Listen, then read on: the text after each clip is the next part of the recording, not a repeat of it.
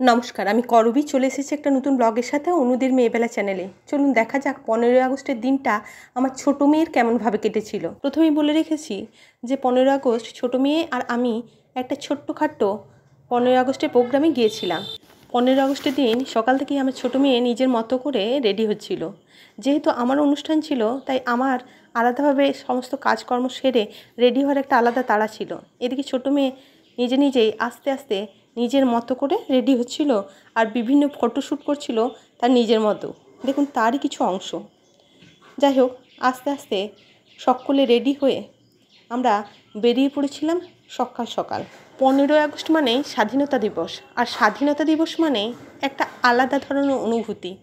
শৈশব থেকে কৈশোর কিংবা যৌবন, প্রত্যেকটা মুহূর্তেই সেই শৈশবের স্মৃতিটা যেন বারবার মনের মধ্যে ঘোরাফেরা করে। তাই ছোটোবেলার মতো যখন আমার যোগা ক্লাসের প্রোগ্রাম হয় তখন প্রত্যেক ক্ষেত্রেই আমি অংশগ্রহণ করি।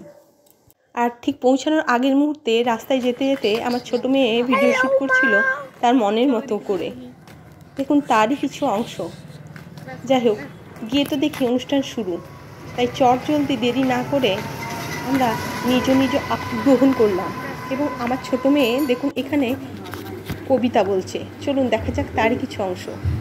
নমস্কার, আমার ভারতবর্ষ। বীরেন্দ্র চট্টোপাধ্যায়।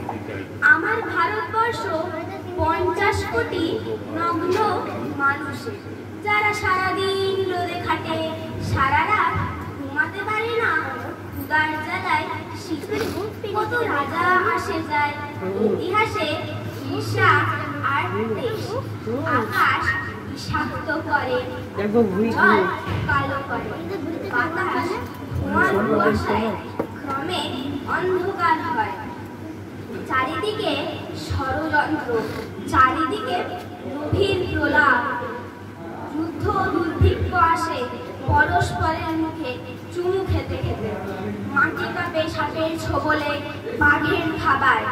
আমার ভারতবর্ষ চিনে না তাদের, মানে না তাদের পরোয়ানা, তাদের সন্তানেরাও ক্ষুধার জ্বালায় শীতচণ্ড মারের মধ্যেও আজও ঈশ্বরের শিশু, পরস্পরের সহোদর।